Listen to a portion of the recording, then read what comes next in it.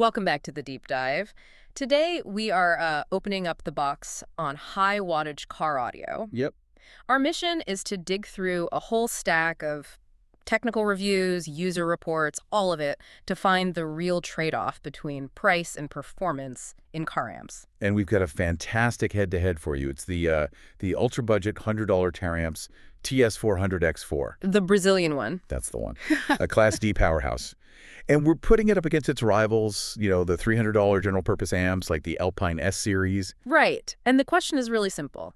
Can that much power for that little money actually deliver clean, premium sound? That's the core of it. Because the reviews we saw in this thing, they're just intensely polarizing. You see forum comments split right down the middle. Oh, completely. Some people call it the best budget amp ever, and then the very next comment is someone saying theirs failed within a few weeks. So what's the real story here? Yeah, is there really power parity or is something else going on? Okay, so let's start with the specs because there's a big technical catch right on the box. The TS4000X4, it's advertised at 400 watts RMS, 4 channels.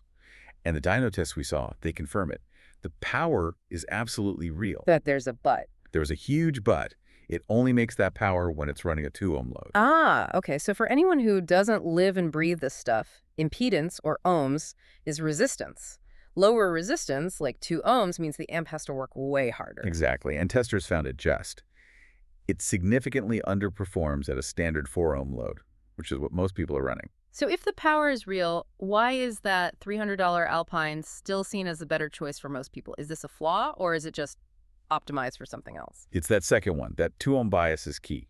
These Brazilian manufacturers like Taramps, they built their entire reputation on amps made for one thing. SPL competition. SPL, sound pressure level competitions. They are engineered purely for raw loudness, pushing maximum watts into subwoofers. Versatility is not the goal. And I guess that specific focus leads us right to the biggest limitation if you wanted to use this for your main speakers. It's a crossover system, precisely. Most quality amps, they let you tune your filters. You can set your high pass and low pass anywhere from, say, 50 to 400 hertz. So you can blend everything together smoothly. Right, the Taramps unit. It has a fixed, non-adjustable crossover.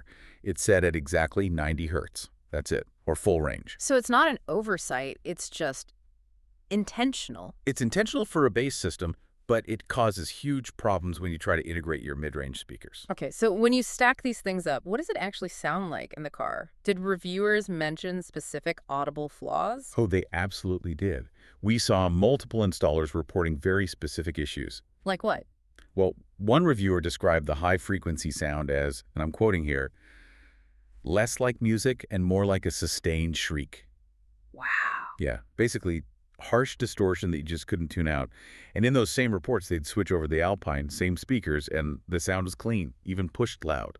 And we haven't even touched on reliability yet. That seems to be another huge factor. It's a big one. The user reports were just so inconsistent. You'd see some people running them for years in competition cars, no problem. And then the others. And then you see a professional reviewer who got three defective units in a row before he even got one that worked. That just screams poor quality control. So if we put this all together, what's the final take? Look, the Taramps, it does deliver legitimate power for the price. I mean, it really does. But only if you are building a very, very specific 2-ohm subwoofer setup. Right. For the average person just wanting to run their main speakers cleanly, that Alpine, even at double the price, it gives you what you actually need. The adjustable crossovers, the stable frequency response. All the stuff that Taramps had to sacrifice to get that raw wattage number. So the core lesson is pretty clear then. You're paying double for the Alpine, not just for a brand name, but for engineering stability and that crucial versatility. You're essentially buying the flexibility, the peace of mind, to know that whatever speaker you hook up, the amp can tune to it and handle it cleanly. Which leaves a final thought for you to take with you as you're researching your next upgrade. How often is a so-called budget champion actually a highly specialized tool being used way outside its intended purpose? Leading to wasted time and what one installer called a tuning nightmare. Something to think about. Always question what's really behind that price tag.